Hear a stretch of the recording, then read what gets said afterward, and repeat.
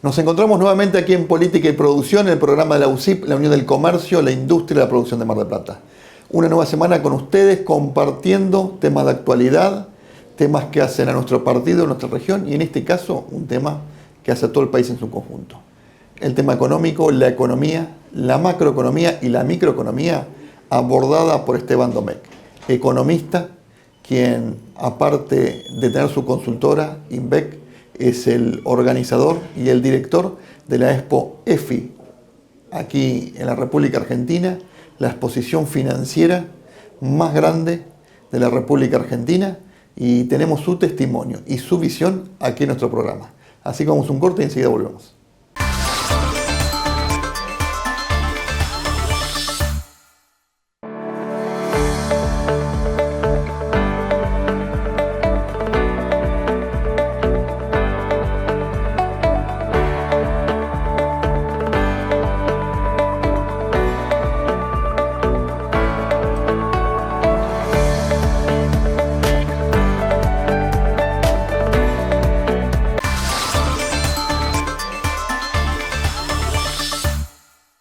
Vení a Provincia Net Pagos y hace todo en un mismo lugar, sin vueltas, rápido y seguro. ¡Te esperamos! Provincia Net Pagos.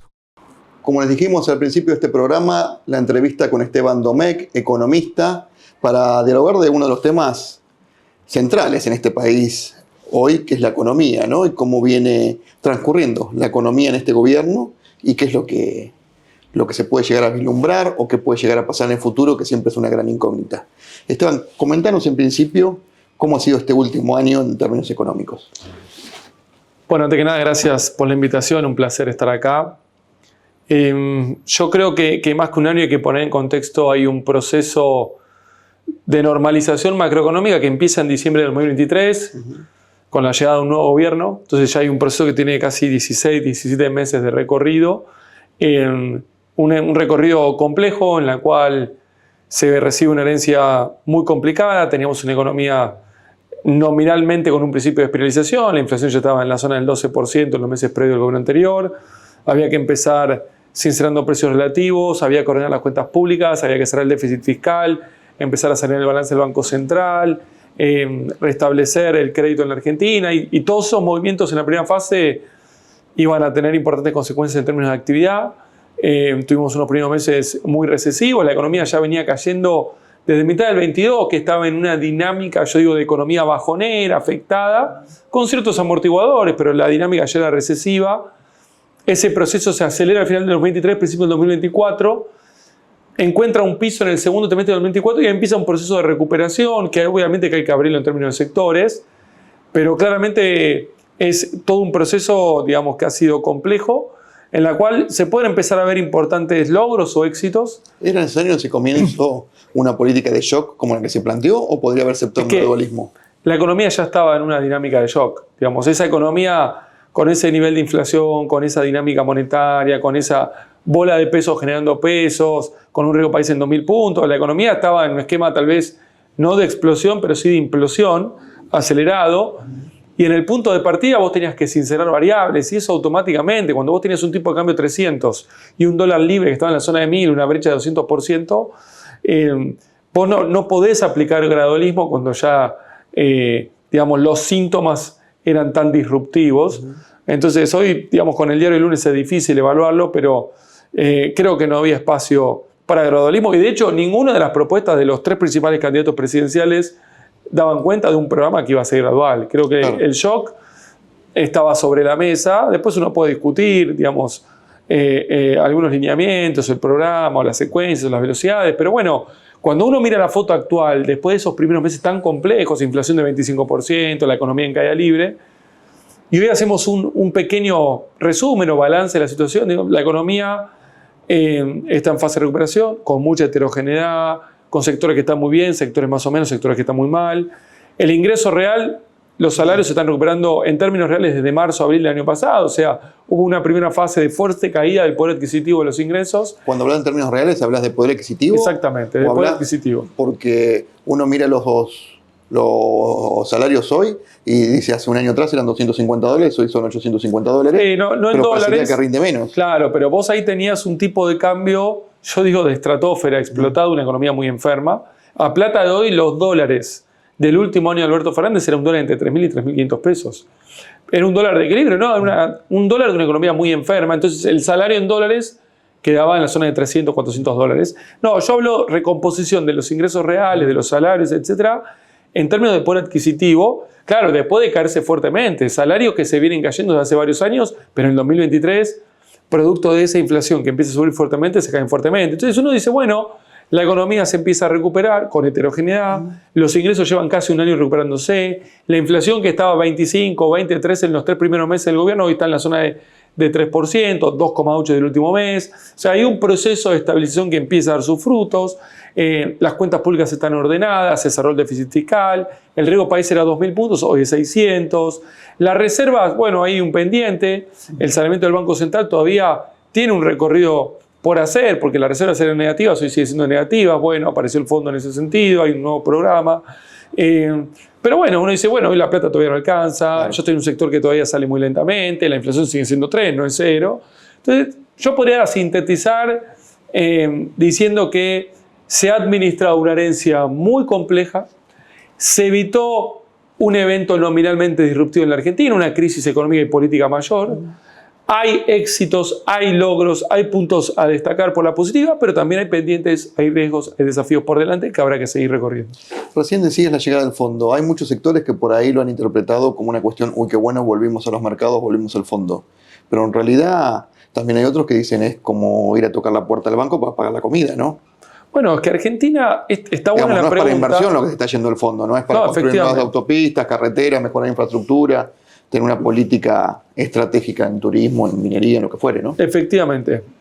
El fondo está en la Argentina no porque volvió ahora lo que se hizo una reprogramación de un acuerdo que estaba vigente, que se había firmado con Alberto Fernández, que se había firmado originalmente con Macri, y que respondía básicamente al retorno del FMI a la Argentina de una crisis de balanza de pagos, una crisis del sector externo. Básicamente Argentina se quedó sin dólares. Y eso explica por qué está el FMI en la Argentina hoy. Ahora, claramente, la generación genuina de dólares depende de la cuenta corriente, la capacidad de exportación de bienes y servicios de un país, la capacidad después de generación eventualmente de inversiones reales, y ahí hay todo mucho, todavía hay un montón por avanzar, y de vuelta, porque esto es un proceso largo de saneamiento y normalización de una economía que está enferma. Está buena la pregunta. El otro día un periodista me preguntaba, bueno, está el FMI y vos me hablás de fragilidad de la economía argentina. Y claro, es una economía que sigue siendo frágil. No es que de un día para el otro vos tenés un paciente que estaba enfermo y hoy ya está para correr una maratón o ir a competir en las Olimpiadas. Al contrario, hoy Argentina sigue sin crédito. Vos lo dijiste recién. Sí. El riesgo país era 2.000 puntos, hoy es 600. O sea, ha mejorado un montón en ese sentido. Pero en términos macro, porque accedes más barato al crédito. Pero no, porque todavía hoy no seguís con acceso al crédito. O sea, claro, a 600 puntos, el banco para la Argentina sigue cerrado. Por eso está el FMI. Vos tenés que llegar a 300, 400. Bueno, entonces hay un proceso de normalización financiera avanzado, pero inconcluso. Argentina sigue sin reservas. Argentina sigue sin reputación, sigue sin crédito, sigue sin moneda. Y yo muchas veces lo pongo sobre la mesa esto, porque hay gente que se piensa que esto va a ser fácil, rápido, lineal. Y esto va a llevar mucho tiempo y va a ser un camino sinuoso, con obstáculos, costosos. Entonces uno dice de vuelta, el riesgo país de 2.000 tiene que ir a 300. Estoy en 600. Me falta el último tramo. Las reservas siguen siendo negativas. Tengo un problema de reputación y credibilidad. Bueno, ahí está la fragilidad. Eso explica por qué está el fondo. Y eso explica por qué todavía tenemos que seguir recorriendo un proceso de normalización. Ahora, cuando vos hablas de proceso, uno habla de plazos también, ¿no? Los Sí. socioplazos, cuando decía ser un paciente terminal, pasó por terapia intensiva, ahora está en el cuarto. ¿Cuánto tiempo va a estar en el cuarto? Porque uno no puede desacoplar tampoco la economía y la política. Este va a ser un año electoral, con lo cual sabemos que son bastante más atípicos, pero aparte sobre todo porque la Argentina está acostumbrada a los cambios de gobiernos y a los péndulos. Entonces, si no se termina un proceso en un gobierno, ¡bum!, viene el zarentazo para otro lado. Sí, efectivamente. Los tiempos de la política son uno, los tiempos de la economía son otros. Lo que te demanda la política es una cosa, lo que te demanda la economía es otra cosa. Y en ese sentido, el 2025, como bien decís, tenemos elecciones legislativas y empieza a estar la prioridad de la política sobre la economía, y esto se ve en algunas tomas de decisiones de política económica, ¿no? Claro. En la cual yo diría la economía necesita también de la política. Digamos, no hay estabilización económica posible si atrás no tenés estabilizada la política. Y la política se estabiliza en las urnas. Sí. Entonces, acá, digamos, esto se ve con mucha claridad en los que toman decisiones de inversión de largo plazo. Y las urnas responden a la economía también, con lo cual está todo bastante ligado. Exactamente. Sí, Digamos, a la pero situación económica de cada elector, de cada votante. sí, ¿no? desde el punto de vista de los síntomas. O sea, lo que necesita la política, que es un buen resultado electoral, es consecuencia de, digamos, una situación económica mejor para la gente. Digamos, que la inflación siga bajando, que el poder adquisitivo siga subiendo, que la actividad se recupere, que el empleo esté mejor. Entonces, esa combinación te da la ratificación en las urnas. Pero que para el votante es cuando llego a la urna es ¿estoy embroncado o estoy contento? Exactamente. Estoy un poco mejor, un poco peor y tengo buenas expectativas hacia adelante o peores. Claro. Y ahí está el voto. Digamos, ahora, después la economía tiene fundamentos. Entonces yo puedo generar sensación de bienestar a costa de, digamos, que el paciente se está enfermando más, o no, puedo estar generando una sensación de bienestar en el marco de una economía que está más sana, más fuerte, más robusta. Y digamos, ese es un desafío, de cómo uno interactúa y cómo se convive con esta tensión entre lo que necesita la economía desde los fundamentos versus lo que necesita la política desde los síntomas de la economía que me va a permitir tener los votos en las urnas.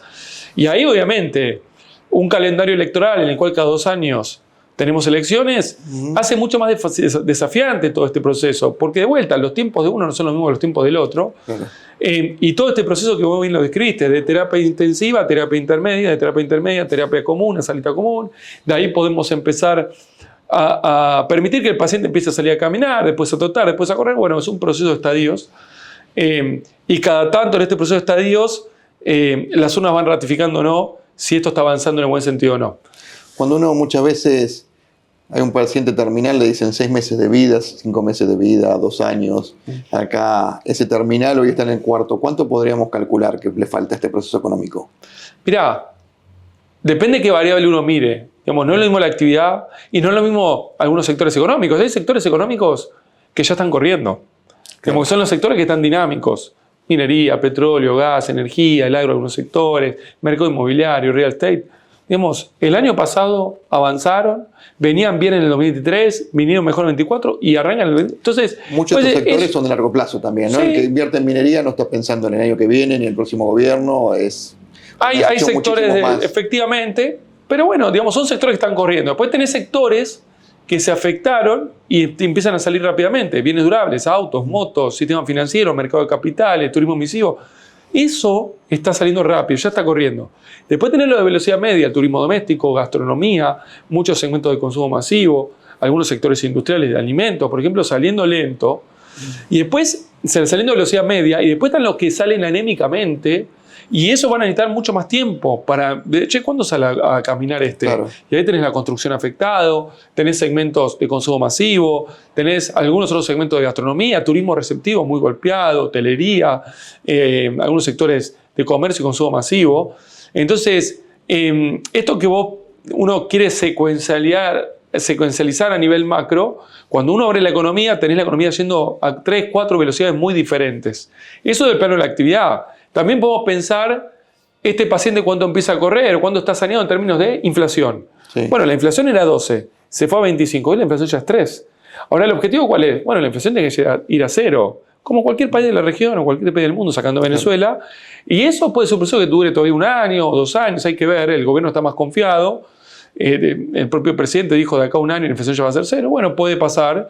O tal vez puede ser un poco más irregular el sendero y hay que ser un poco más pacientes. Yo tal vez estoy un poquito más cauteloso en ese sentido, pero creo que tarde o temprano, si Argentina no abandona los lineamientos macroeconómicos del orden de las cuentas públicas, la disciplina fiscal, la disciplina monetaria, la no emisión monetaria, etc., bueno, la inflación en Argentina se va a terminar. Después podemos discutir cuándo y cómo. Yo creo que ahí quedan meses todavía de recorrer, 1 año, ni medio, 2 años, bueno, habrá que verlo. Pero de vuelta, los procesos estos de normalización tienen distintas aristas, distintas variables. Si ese escenario, a ver, sería dentro del mismo gobierno, con lo cual podríamos tratar de evitar ese péndulo en Argentina económico y social, ¿no? De alguna manera. La convertibilidad que empieza en un escenario hiperinflacionario, en 2 años y medio ya te estaba dando datos de inflación mensual de 0,5 por mes y datos anuales de menos de 10%, o sea, inflación anual de un dígito. Insisto, como tiene toda la región, Brasil, Chile, Uruguay, Paraguay, no es ninguna locura lo que hay que hacer. Esteban, hablamos de macro, vamos a un corte y volvemos y hablamos de micro. Dale, con gusto.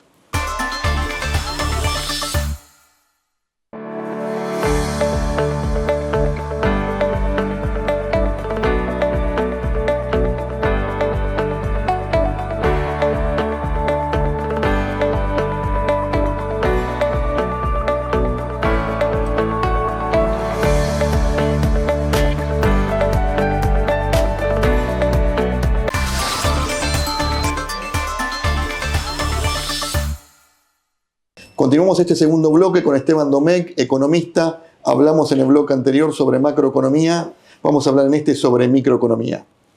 Esteban, hablamos también fuera de cámara y todo, ¿no? Cómo está la micro muchas veces.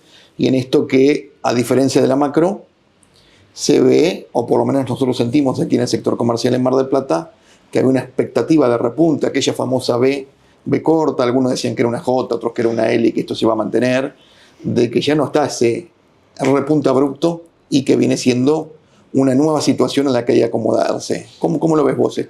Bueno, esa dinámica sectorialmente heterogénea que hablábamos antes se ve reflejado a nivel actividad y a nivel regiones muy marcado. Como por ejemplo acá no tenemos minería, no tenemos algunas otras cuestiones que por ahí se ponen en otras partes del país. Efectivamente. Ojo que la economía terminó dibujando una especie de B corta.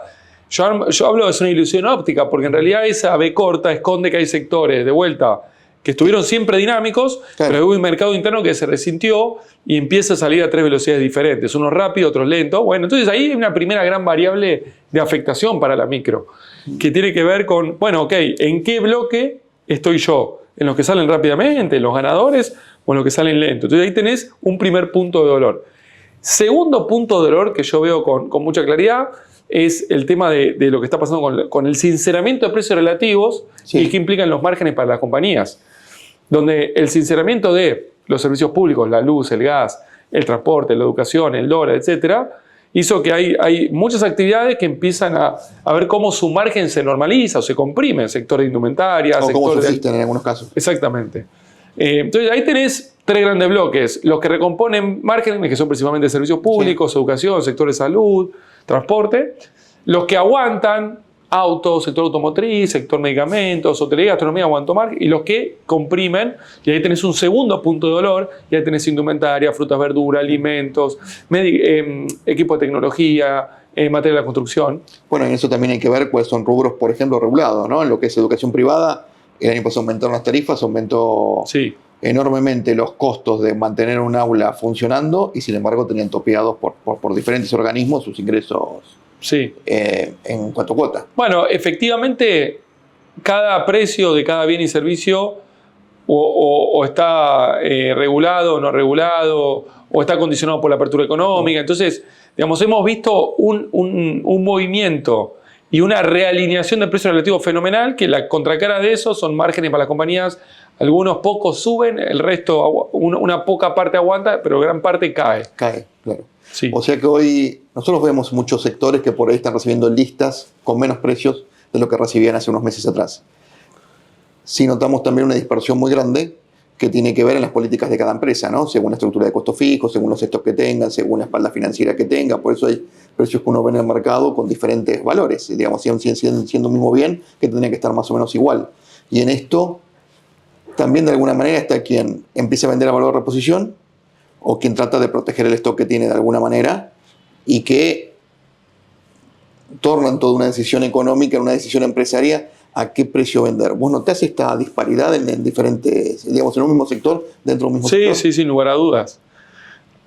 Y esto es lo que provoca todo este escenario, digamos, de baja de la inflación con corrección de precios relativos adentro, así como cuando sube es desparejo, cuando baja también. Porque también, a ver, convengamos que para aquel que está estoqueado, reconocer la pérdida que compró caro y la tiene que vender barato, hay que tener estómago para regalar. Claro, pero si no la reconoce, no rota, no gira. Exactamente. Y si no gira, tenés un ciclo de caja digamos, operativamente en rojo. Sí. Entonces tienes un problema mayor, tengo bajo nivel de actividad con un margen bajo, pero no roto, digamos, financieramente es un problema. Entonces ahí uno tiene que rebalancear, asumir una pérdida. Bueno, había un precio que cuando la economía estaba inflacionando, el exceso de liquidez de una economía que se bombeaba artificialmente con una emisión monetaria generaba a márgenes que suban, se efectivizaba la venta porque era una economía en la cual la demanda venía por inyección de pesos, y yo me sobreestoqueaba, etcétera. Bueno, ahora todo el proceso es inverso. Hay un proceso de normalización de stocks, de nivel de actividad bajo, de pérdida operativa, una manera sana de sostener la pérdida operativa es la normalización del ciclo de stock. Entonces yo económicamente estoy en rojo, financieramente tal vez no. También tenemos que reconocer como empresarios que muchas veces la inflación tapa ineficiencia de las empresas. 100%. Tapa absolutamente todas las ineficiencias. Entonces es una economía en la cual empieza a aparecer o mandar la oferta. Digamos, de una economía digamos, antes la demanda, digamos, venía con esos estímulos, y imponía que la oferta pueda hacer lo que quiera. Bueno, ahora es al revés. Argentina en general y Mar del Plata en particular vive mucho del consumo interno. Mar del Plata en particular decimos porque hasta el turismo es turismo interno, no hay mucho turismo extranjero, pero sí vivimos mucho del consumo interno. En esta situación donde ha habido caídas de consumo y no se ve que repunte abruptamente, sino que vaya repuntando de a poco. ¿Qué es lo que pueden esperar las empresas? Hay un proceso, yo mencioné al principio, de recomposición de los ingresos reales de hace casi un año, que todos los salarios, la jubilación, etcétera, vienen subiendo en términos de poder adquisitivo, pero esto se da en un contexto de quita de subsidios a los servicios públicos, con lo cual la gente ahora está pagando la luz, el gas, el transporte, lo que vale, con lo cual esa recomposición del ingreso se lo están llevando el sinceramiento de tarifas de servicios públicos. Sí. Entonces, el ingreso real disponible para los gastos variables del hogar, supermercados, alimentos, indumentaria, recreación, turismo doméstico, sigue sin recomponerse. Y eso explica por qué muchos segmentos de consumo masivo salen lentamente, anémicamente. Y yo visualizo que es una película que se va a mantener. Digamos, yo no estoy viendo que el consumo masivo, el comercio, salga de esto rápido. Y eso explica también por qué la economía no va a salir rápido. Yo ahí lo que digo es, hay que consolidar una fase de recuperación que pueda ser sostenible en el tiempo, y en ese proceso la cuenta de inversión, el sector externo deberían liderar el ciclo para que sea sostenible en el tiempo. La contracara de eso es que hay algunos sectores, segmentos, consumo, comercio, que lamentablemente salen esto por este sinceramiento de precios relativos. Este sinceramiento que vos decís, que hoy lo veíamos fuera de la entrevista también, significaba de alguna manera que antes el 30% de los ingresos de un hogar se gastaban en los gastos fijos y el resto quedaba para otro tipo de consumo, ¿no? En el colegio, obra social, sí, alquileres.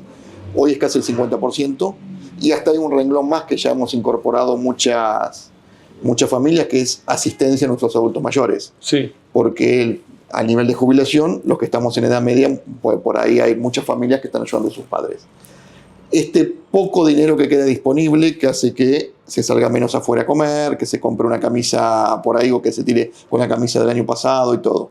¿Lo ves factible que se recupere en el corto plazo?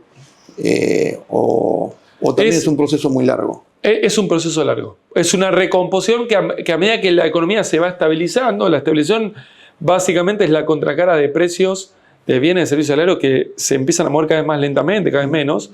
Con lo cual no podemos esperar que los ingresos reales se recompongan rápidamente. No puede ir la inflación al 1 y los salarios al 5. Porque a ver, como dabas en el ejemplo anterior con el Fondo Monetario y el acceso al crédito. El año pasado un año atrás estábamos con tasas del 130%, un crédito para consumo. Hoy estamos alrededor de 49%, 50%. Pero la gente no toma créditos porque después viene la cuota y no sabe si va a poder pagar la cuota.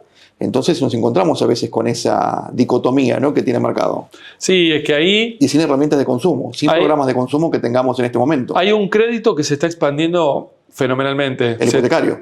No, todos. Toda la masa de crédito del financiamiento se duplicó prácticamente año contra año.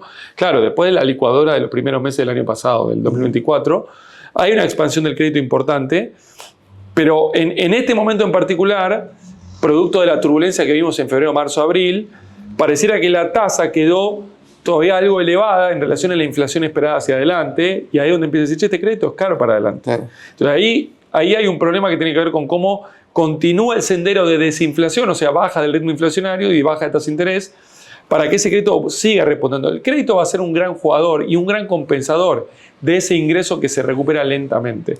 Sobre todo porque no hay políticas ni programas de aliento al consumo públicos, ¿no? Termina siendo el único herramienta privada. Fíjate que eso explica por qué, con un poder adquisitivo todavía bajo, todo lo que es el segmento de bienes durables está creciendo a una velocidad fenomenal. El patentamiento de autos en el primer cuatrimestre está 80% arriba. El año pasado fueron alrededor de 400.000, 420.000 autos que se patentaron y este año van a ser 600.000. Digamos, y la principal explicación de este fenómeno, igual pasa con motos y con otros segmentos, es el financiamiento. Que los sectores que tienen palanca financiera, y esto implica desde el lado de si mi usuario, mi demandante, tiene acceso al crédito formal, porque el informal es muy costoso, y si mi producto amerita ser vendido con financiamiento, si yo estoy en ese juego, que ese es el juego de la economía estabilizada, ya llegué ahí, esos salen rápido. Si yo no estoy en esos segmentos, no tengo palanca crediticia, palanca financiera, ya sea porque mi usuario, mi demandante está en la informalidad y no tiene acceso a una tarjeta de crédito, un préstamo personal, o porque no amerita comprar alimentos en cuotas, ese sale lento. Y esto convive. Muchas gracias, Esteban. Un placer, gracias a ustedes. Esta fue la entrevista con Esteban Domecq, economista aquí en Política de Producción.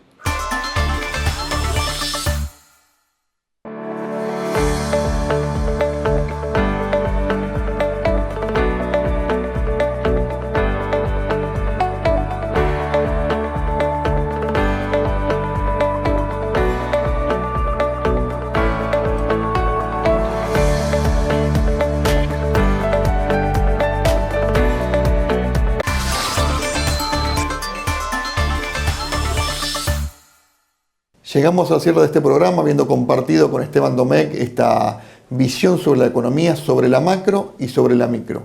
En un contexto donde esta semana lanzamos nuestro informe sobre ventas comerciales aquí en la ciudad de Mar del Plata, con un leve aumento en las ventas superior al 2% interanual, con una caída obviamente intermensual por un tema de estacionalidad aquí en la ciudad de Mar del Plata, terminada la temporada, comparado abril contra marzo, pero sobre todo pensando en el futuro. Y en esto es donde vemos una caída de este repunte abrupto que, como decíamos en la entrevista, se veía hace varios meses atrás. En el mes de octubre, noviembre, titulábamos un informe de recesión con ilusión. La situación no estaba bien todavía para los comercios, pero estaba la expectativa de que en marzo o abril mejore la situación y venga ese esperado repunte en B. Pasó marzo, pasó abril, vemos que las ventas se van incrementando muy poquito interanualmente con respecto a un año que había caídas importantes, como ha sido el 2024, y una nueva realidad, una nueva configuración a las que se tienen que empezar a adaptar los diferentes comercios en este caso, pero las empresas en general. Una nueva situación económica con una inflación más baja, donde los stocks ya no tienen el peso que tenían antes y en algunos casos hasta peso negativo, ya que hay listas de reposición con precios más baratos o con precios más económicos, y está esta disyuntiva en muchos empresarios a qué precio venden, si al precio de compra o al precio de reposición.